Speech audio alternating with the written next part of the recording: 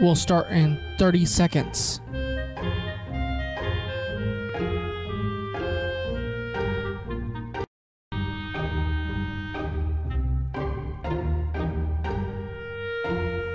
This broadcast will start in 15 seconds. This broadcast will start in 10, 9, 8, 7, 6, 5, 4, 3, 2, 1. The Voice of Stockton. For more information on The Voice of Stockton, go to thevoiceofstockton.org. The views and opinions expressed in the following program do not necessarily reflect those of KXVS, The Voice of Stockton, or its parents, affiliates, management, and staff.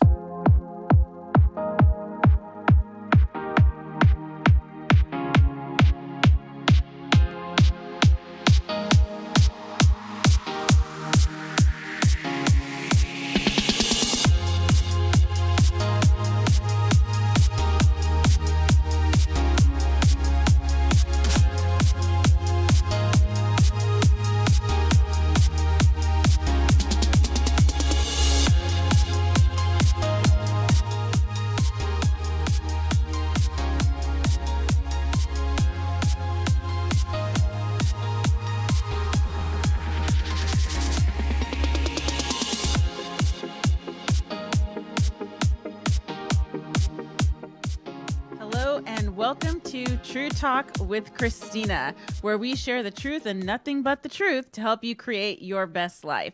I'm going to read my legal and compliance disclaimer, share some news and stats with you, and then we'll get into today's topic. Welcome to True Talk with Christina. My name is Christina Kimball, and I'm the branch manager for Edge Home Finance Corporation, which is licensed by the Department of Business Oversight under the California Residential Mortgage Lending Act, NMLS number 891464, and my personal NMLS 1484144.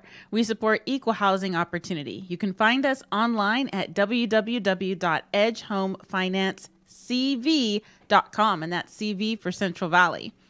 I'm a licensed professional real estate agent and broker associate, and I grow leadership development at Volant Real Estate, licensed by the California Department of Real Estate. My license number is 019-12461. You can visit our real estate website at www.volantrealestate.com, and that's Volant with a V as in victory. I'm also a certified coach, trainer, and speaker with the John Maxwell team, where we believe that leadership is influence, and the first person you lead is yourself.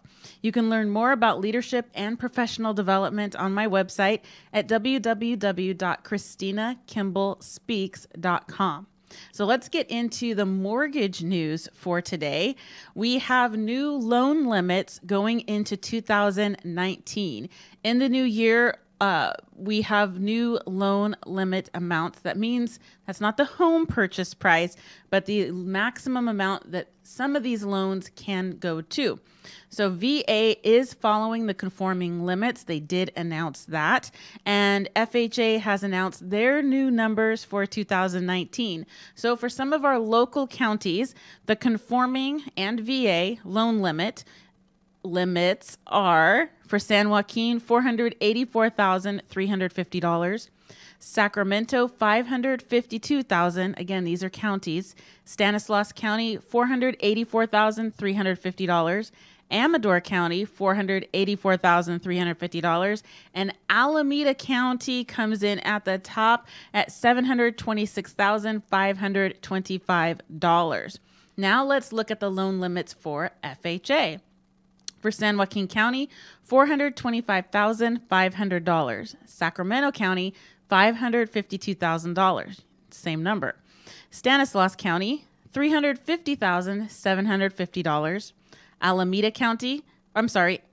County, $350,750. And Alameda, again, at the top at $726,525. In real estate, we look at the number of homes currently actively for sale as of when these numbers are pulled from MetroList. That is our local MLS. So here are some numbers for single-family homes for sale in San Joaquin, and we throw in Modesto for Stanislaus County. Lodi, and these are as of 12:19 p.m. today. Lodi has 142 single-family homes for sale. Stockton has 614. Manteca, 114. Tracy and Mountain House combined, 171. And Modesto rounding it out at 406. These numbers are lower. We are seeing the number of homes for sale decreasing, which is typical for this time of year. And now let's go into our myth buster of the week. And I forgot to change part of my title here. I'm looking at my show notes. So I did a search looking for credit card myths, and I found a website, magnifymoney.com, and there's an article entitled 5 Credit Card Myths Hurting Your Wallet and Credit Score by Erin Lowry. Now, she's talking about myths, and I'm going to have a little conversation here. I'm going to have my own commentary on what she's saying. So the myth is, opening a credit card will hurt my score. Yes, that's a common myth. However, let's see what she has to say, and then I'm going to put in my own 2 cents. And the article says, opening a credit card will hurt my credit score. Oh, don't be so dramatic. Nice, huh? Opening a credit card will only drop your credit score by a handful of points, usually about 5 points. If you have a score resting comfortably in the 700s, this is no big deal. If you're in the 500 to 650 range, then you should focus on improving your score, and you likely won't be eligible for many of the better credit cards. Instead, you may need to focus on a secured card first in order to improve your score. One exception to the rule: if you're applying for a mortgage or another loan, you should hold off any applying for any forms of credit or doing anything that may cause a dip in your score. The higher your credit score when applying for a loan, the lower your interest rate will likely be. Now, that is a very good point she makes at the end. So one of the things she says is that if you're in the 500s to the 650 range on your credit score, you should focus on improving your score, and you likely won't be eligible for many of the better cards. Yes, improving your score is a good idea. Now, in this article, there were some other tips and strategies that I'm not really, when I look at these things, I'm looking through the lens of a real estate agent and a mortgage broker. It's different than just general credit. So that's why this is True Talk, right? We're bringing the truth so you can be informed, so you can make the best decisions for yourself, for you, for your family, for, what the goals you have in your life. Create the best life that you can. And you do that, you're able to do that when you have the truth. So here's the thing about credit score. I am actually teaching a masterclass this week, Monday, 7 p.m., Monday through Friday, and it's on Facebook. If you go to my business page, if it's something that you'd like to check out, it's under Christina Kimball, Branch Manager at Edge Home Finance, and you'll see there's an event set up on Facebook. The training is done live in the Facebook group, and the recordings stay there. So if you can't join live at 7 p.m., you can always go back and watch the recording. Last night was the first session, 7 o'clock, and the class is 5 steps to home ownership. And we're going through each of these steps, 1 step a day. And the first step is preparing to buy a home. So I'm going to talk about this today. I figure this is a great one. There's a lot of misinformation out there, and this is a great one to wrap up True Talk with Christina.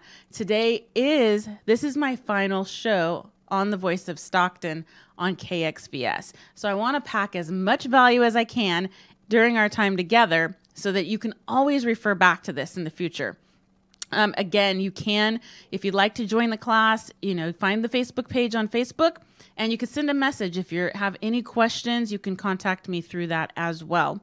Our phone number, provide our phone number at Edge Home Finance is 855-428-8554. And I gave our website earlier. You can also contact us through there at any time, and that's edgehomefinancecv.com. So back to this myth busting for this week. We're talking about credit cards. So yes, if your score is under, let's say 620, you may want to work on improving your credit. However, Oftentimes an FHA loan, which allows you to put less down and have a lower credit score, sometimes that can be a better option for you. Even if your score is high enough, 620 or higher, for a conventional loan or conforming loan, sometimes still the FHA can be a better deal, at least short term or the first 5 years of owning the home. So it's always best to consult with a professional that you trust, that you know, that you like, who's going to work with you in a way that's going to help you get where you want to be, help you achieve your goal of home ownership. So with FHA, the limit in San Joaquin County, for example, was increased. This is the loan limit to $425,500, which is fantastic because the average home price in our county is not that high. And of course, it depends on what city you're looking in. Tracy, for example, is going to be at a higher price point than Stockton is going to be. So it does allow for more options in purchasing a home with these higher loan limits. So back to the credit card. Your score is important when obtaining a home loan. Does it have to be in the 700s? Like a lot of people look at that 700 mark like it's a magic number. It is a great number to have. Does it mean you cannot purchase a home if you don't have a 700 score? No, it does not. So with FHA, you can actually have no score, and we can use alternative forms of credit.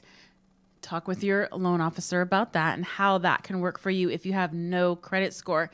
If you have a credit score of 550 or higher, you can still take advantage of a FHA loan with still 3.5% down.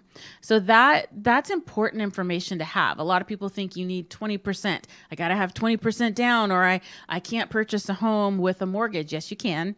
It's just going to be a little more expensive. Obviously, your monthly payment is going to be a little bit higher because you didn't put as much money down. So talk with your real estate agent or your loan officer. If you don't have one, feel free to reach out to me. I'd be glad to help you, give you some information. I'm a no pressure person. I'm about getting you the information you need to make the best choices for who? For you. So the credit score, credit card. So the myth is that opening a credit card will hurt your score. That's a myth.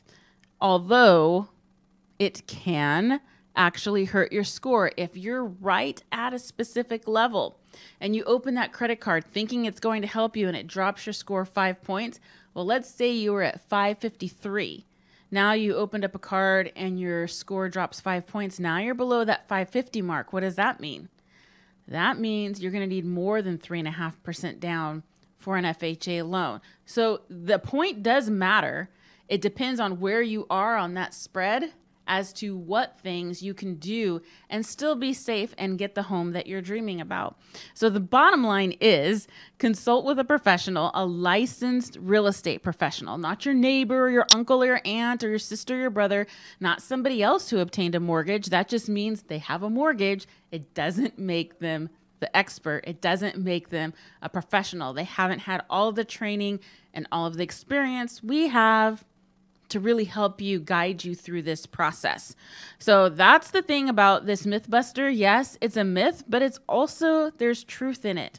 So it's very important to talk with a professional instead of taking advice even off of the internet from reading an article like that. Every situation is unique. You're unique. You're your own person. You have your own situation.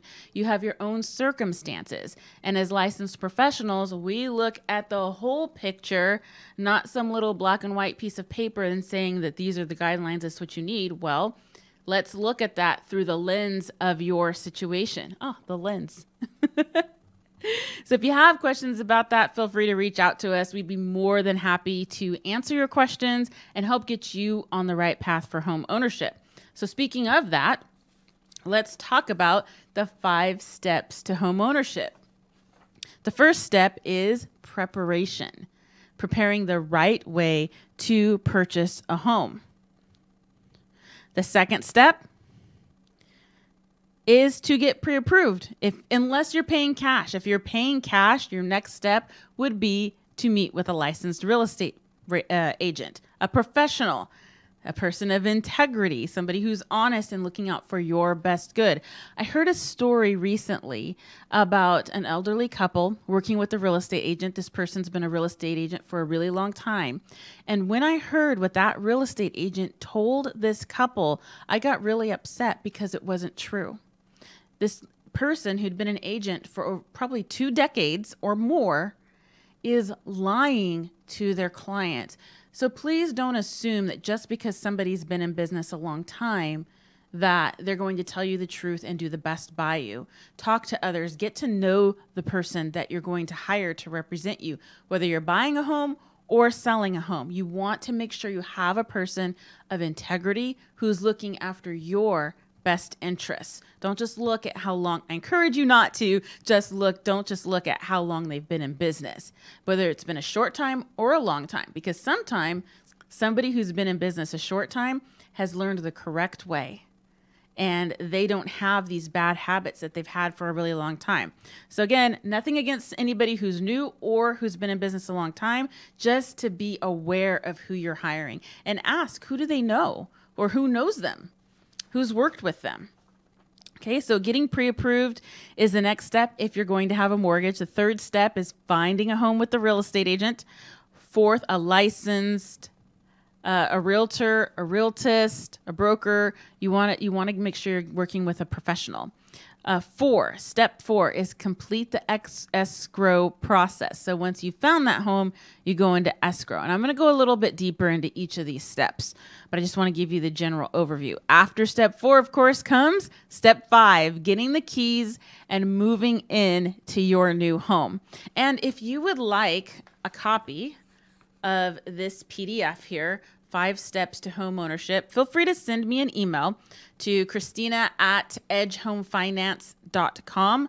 Again, that's Christina@edgehomefinance.com. And it's Christina with a CH. You can also find me on Facebook on my page, Christina Kimball, Branch Manager for Edge Home Finance. You'll find it. If you look for me, you find me. Trust me.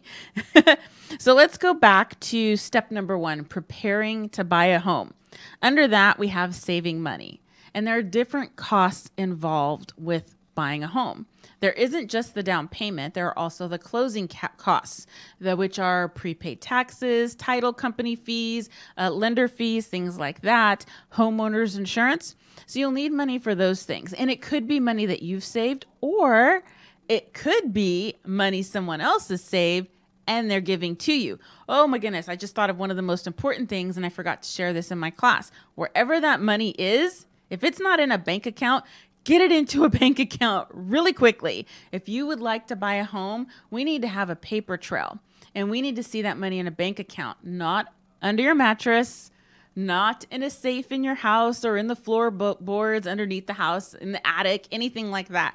We need to see the documentation. So having it in a bank account is going to be very important because up front, we're going to be asking you for 2 months of bank statements. So we want to see that money. We don't want to see all of a sudden $10,000 in your account and you've got no paper documentation to show where that came from. So that's very important. If you need to repair credit, you want to work on that. However, you don't want to work on it on your own.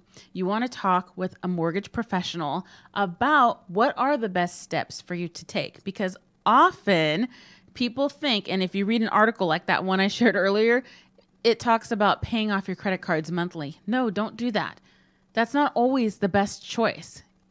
I don't care what that article says. The truth is, we've worked with clients. We've run these different scenarios, and there are times where keeping a balance of about 10% is better than paying the card off. Almost every single time I've run that scenario through the system, the credit score improves. That's why, again, just looking at a black and white list of what you need to do, it doesn't work. It needs to be customized. It needs to be personalized specifically to you and your situation. Maybe your credit score is absolutely fine, but in your mind and on those online sites, it tells you your score is not very good. But when we run it, oh, guess what? Your credit score is great and you qualify for a home loan right now. Oh, and look, it's the terms you wanted. So everybody's situation is unique and it's not just black and white. The next thing is showing stability. So staying in your job, staying in the same industry, living where you're living, not having a bunch of address changes. Because if you move around a lot and your job changes a lot, that can affect your ability to obtain a mortgage. A lot of movement shows instability. Again, when you're looking to obtain a mortgage, you're looking for someone to literally give you several $100,000. Most of the time now, it's over $200,000. We're not really seeing homes lower than that, except for manufactured homes, mobile homes, and condos. We still have a few condos in Stockton under 110,000 even. So the stability is very important when you're looking at a mortgage, whether it's purchasing a home or refinancing. Stability wants to be seen. Underwriters want to see that. Then build your credit. If you don't have credit, you want to build it. Maybe you want to get a secured credit card. Here's the key with that. You want to make sure wherever you're getting the secured card that they report it to all 3 major credit bureaus every single month. That is what's going to help improve or create a credit score for you. So what are those 3 credit bureaus? Experian, Equifax, and TransUnion. I'll repeat those for you. Experian, Equifax, and TransUnion. So when you go to get a secured card, ask them, who are you reporting to? Because a lot of places, they'll only report to 1, maybe 2, but you really want to make sure that it's being reported to all 3. I know for a fact that BBVA Compass, they have secured credit cards, and they do report to all 3 credit bureaus every single month. So it's a great way to build credit. And it's really good for young adults because the money's put into a savings account and you still have to make a payment, but let's say you have a credit card with a $300 limit. So young people, I encourage, and that's a great gift to give a young person is when they're older. I'm not talking about 12 years old or anything, but a high school student getting ready to go out into the world is for them to have a secured credit card. And you say, look, I'm going to give you $300. We're going to go to the bank. You're going to get a secured credit card so you can start building credit the right way. $300 is not $3,000 and it's not $30,000. So it's not some crazy limit that they're just going to get over their head in. They need to have a job. I recommend them having a job so they can make that payment themselves. The payment that's due, that $300, payments don't come out of that. That's held as security in case they were to default on their credit card payments. The bank has a way to access the funds to cover the loss. So the money gets stuck there. A payment still needs to be made from an outside source, which is where a job comes in. Guess what? We just talked about we need when someone wants to obtain a loan, a source of income. If they're working, we want to see job history and we want to see it for a length of time. And we want to see responsible credit use. I have pre-approved, let's see, what's the youngest? I think 21, somewhere between 21 and 23 years old. We have pre-approved them to purchase a home. So if you're a parent, I encourage you to think a little bit bigger for your children. Imagine your children buying a home at the age of 25 instead of renting an apartment, instead of leasing somewhere. They could literally start owning a home at a very young age. You don't have to wait till you're 40, 50, 60, or 30s. You don't have to wait until then. Imagine that kind of gift. If you could steer your children in that direction, that they could get that secured cards to start building credit. You encourage them to work, not just so they have a source of income, but to start gaining that stability and responsibility in their life. And then they become homeowners. A lot of parents, what are we focused on? Oh, they got to go to college. They got to go to college. They got to go to college. But imagine if they learned how to manage money at a younger age, how to be responsible, how to work, how to buy a home and have the stability and security that comes with that. They could even invest. Let's say they bought a home in your hometown and then they move and go away to college and they've got a rental now. As a college student, somebody's living in a home paying rent to a college student. You think that could help pay for their education? Yes.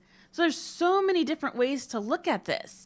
And I'm so glad that these ideas are coming up right now for my final show. So building credit's important. Show capability. Show that you are capable of making a mortgage payment.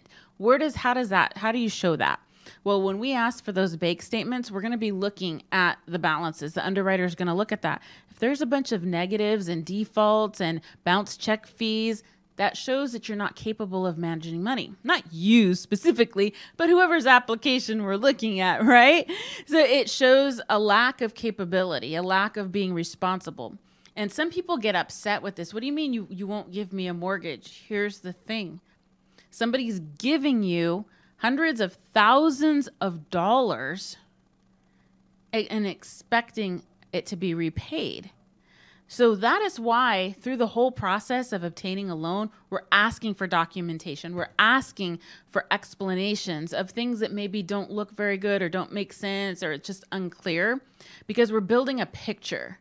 And we want that picture to say, I'm credible, I'm stable, I am responsible. You can trust me to give me that loan that I will pay it back. And I'm showing you by my past actions that I am capable and I'm responsible.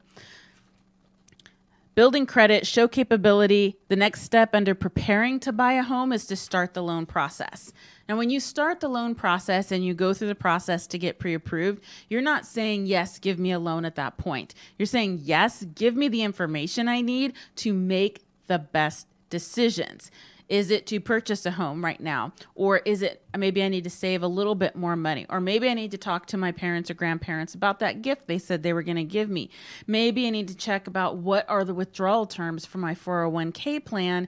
Am I able to withdraw funds to use towards the down payment, the closing costs, or even renovating a home? There's so many different components to this. Do I need to open a secured credit card? Maybe my score is not quite where I want it to be, but I need to do just a little bit more, and then I'll get a really great rate and save myself tens of thousands of dollars over the 30 years that I have a mortgage. Or did you know that you could get a 15-year mortgage? Yes, you can do that. So a lot of people are afraid of those 30-year mortgages, but there are other options, and there are other different types of repayment terms as well. This is why you talk with a professional, because there's too much to try to figure out on your own. You should not try to figure it out on your own.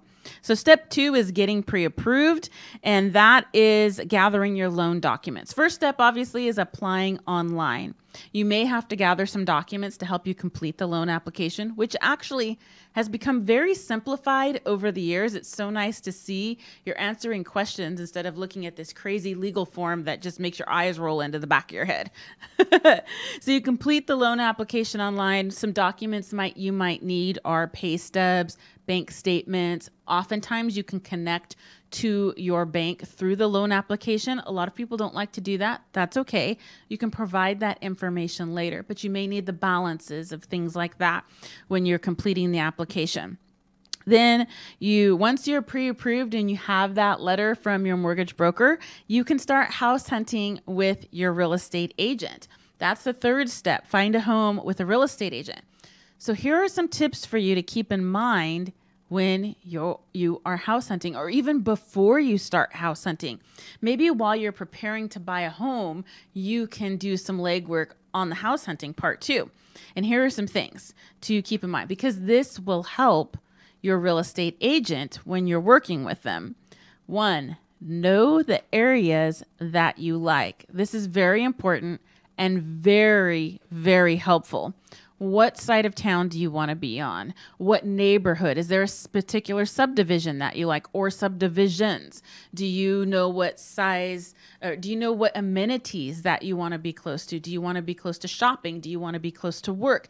Do you want to be close to adventure activities, parks, outside activities? Do you want to be close to the water, or do you want to be far away from the water? Those are all different things to consider. So convenience of important locations, areas and neighborhoods that you like. I really encourage you to expand your thinking just a little bit on areas that you like. Sometimes we get locked into certain areas. We'll take Stockton as an example.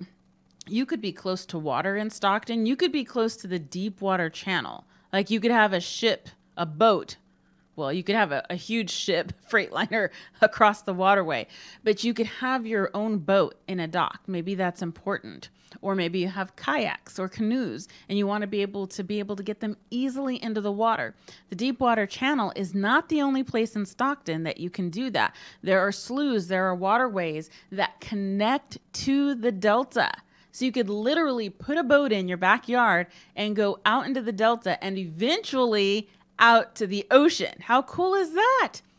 In Stockton, there are also places where there are a lot of trees, some of the older areas. Then you've got the newer areas that don't quite have as many trees, but maybe you see a lot of the sky, a lot of the sunshine and blue skies, when, especially in a lot of the warm months that we have. Excuse me, I'm going to take a drink of water real quick.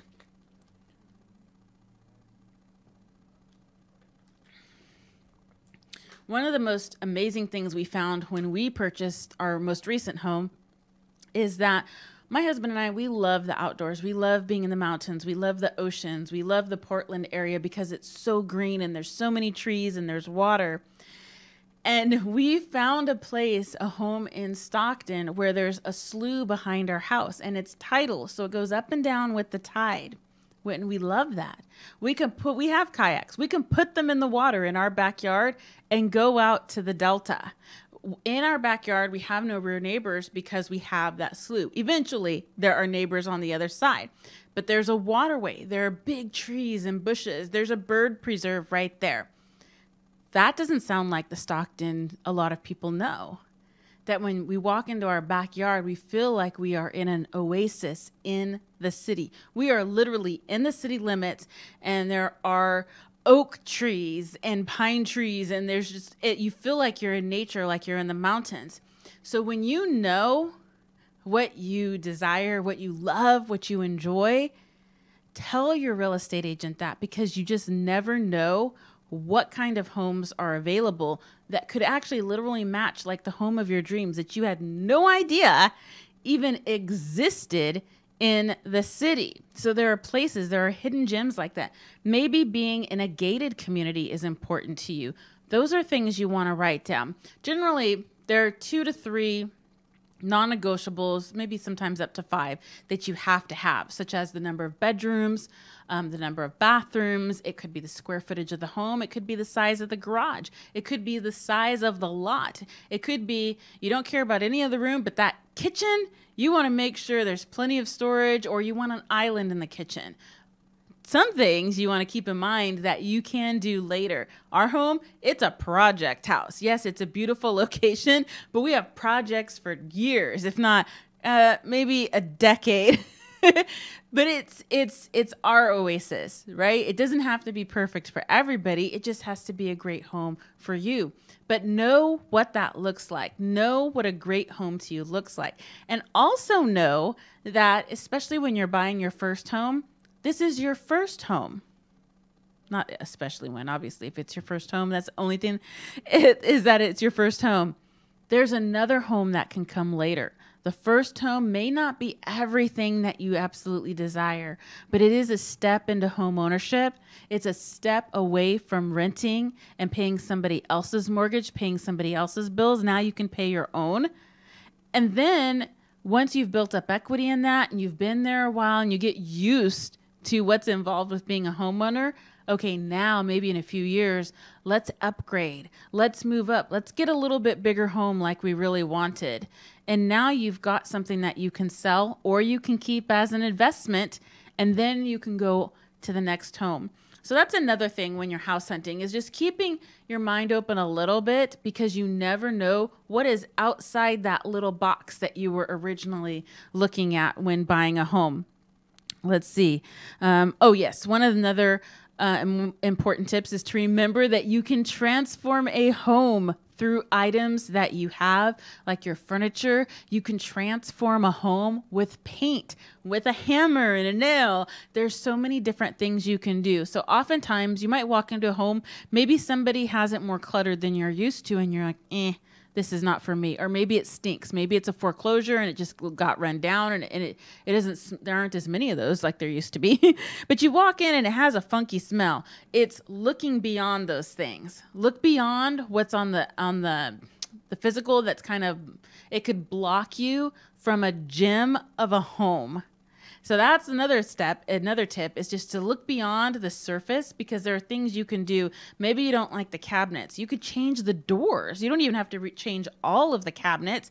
You could just put new doors on the front. You can refinish them. Maybe the countertops are old tile and the grout's just yucky, disgusting.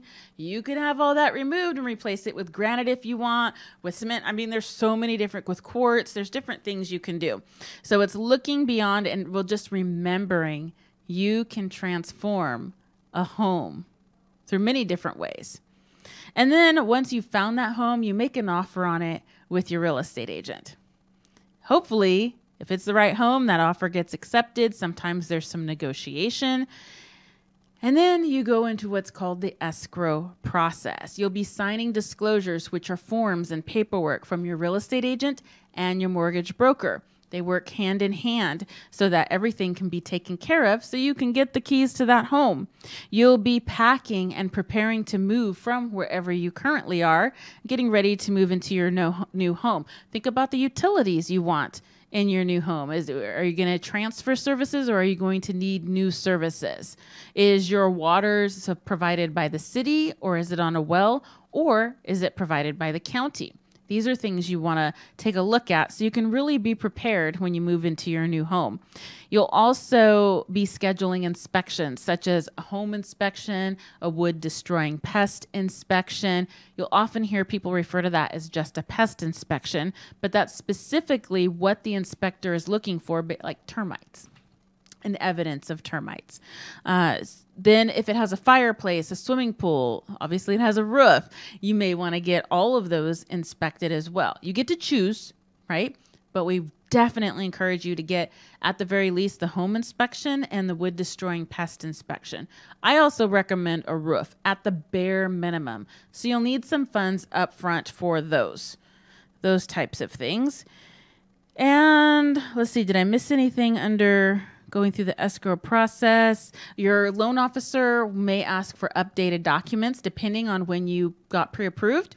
The loan officer may need updated bank statements, pay stubs, things like that, just to bring everything in your file up to date for the underwriter. There will also be a deposit. Once you have an offer accepted, you generally have 3 days to get a deposit to the title company. You can take a cashier's check, or you can even wire the funds directly into the title company. Just choose what works best for you, as long as you get it in on time, because you want to start that contract period on a good note. Once you've completed that and you've signed the final documents, usually you sign the final documents at the title and escrow company, or a notary may come to your home or work to sign the documents with you there if you're not able to make it to the office during business hours. So be assured that if your schedule's a little funky, it's okay. You can still buy a home. And a lot of the advanced paperwork is signed electronically, so you don't physically have to go into an office. So there's a lot of flexibility, and there are loan officers who will work depending on who you work with, whether it's our company or another one. At our company, our loan officers are very flexible, working with a variety of schedules. So never have to worry about your schedule keeping you from being able to buy a home. Step 5, getting the keys and moving into your new home. Yay! That is the goal. You want to make sure the utilities are transferred into your name, especially water, because for example, if you're buying in the city of Stockton, trust me, city of Stockton will come out and turn your water off if you have not got it transferred into your name, because they know the previous owners are no longer there. So definitely do that. If you decide you want to paint or remodel the home, those are things you're going to get lined up prior to moving your things in, typically, especially for remodeling and painting. And, ask your real estate agent for referrals, because often they have good connections in the community and people that they know and trust who can help you get some work done around the home. You're going to get the keys from your real estate agent, whether they meet you at the home or you stop by their office to pick up the keys. You definitely want to get that arranged and scheduled. Then you move in. And even if there's no sign there, you can walk through the doors and say, "Welcome home." And that is an amazing feeling.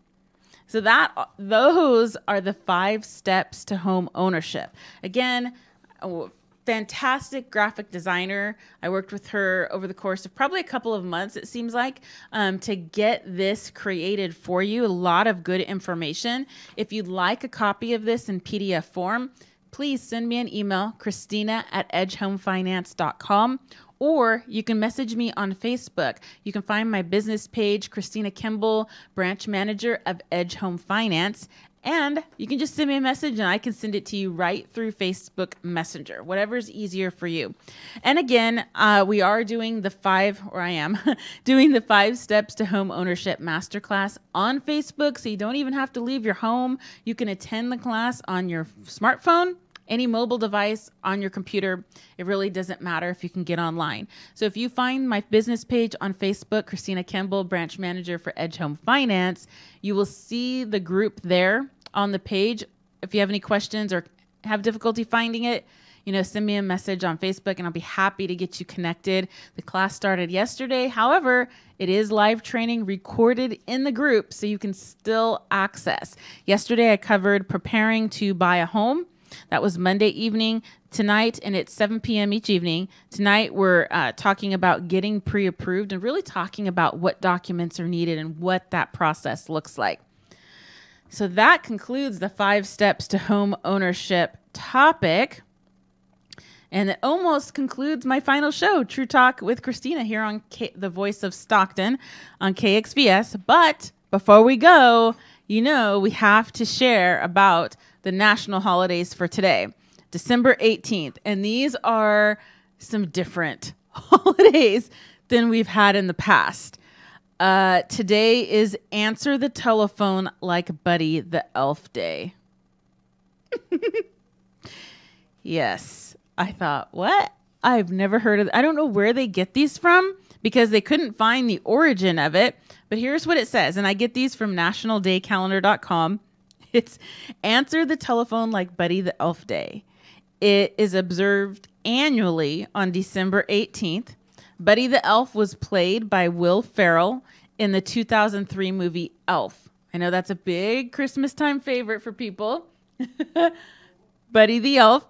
So how do you observe this national holiday? You simply answer the phone and say, insert your name, the elf, what's your favorite color? So for me, I would answer the phone, and I'm not going to do this, by the way, but you would, maybe I will when my husband calls me today. I got to try it in somebody, right? I would say, Christina the elf, what's your favorite color? That's how you celebrate the day. It's such an odd thing. So they could not find the origin of that, but I'm sure it's somebody who really loved the movie Elf. Now, we only have one other national holiday today, and it is National Roast Suckling Pig Day. Yes, today is National Roast Suckling Pig Day. It is observed annually on December 18th. Suckling pig is roasted whole until the skin is... Oh, wait, let me start off explaining what it is. It's a young pig between the ages of 2 to 6 weeks, which is still fed by its mother's milk. This little baby pig is roasted whole until the skin is crisp, the meat is tender and succulent. This does not make me want to eat it. It sounds like your typical roasted pig you see on TV. Yeah. Yeah, it's so I'm not even going to read all of it because it's kind of grossing me out a little bit. Yeah, but you know how to celebrate it. Yeah, you know how to celebrate it is to go make one or eat one. And it says, filling up to the challenge, National Roast Suckling Pig Day is a good day to give this recipe a try, which is whole roasted suckling pig. So if you'd like to find that recipe, go to nationaldaycalendar.com and you can find the recipe there.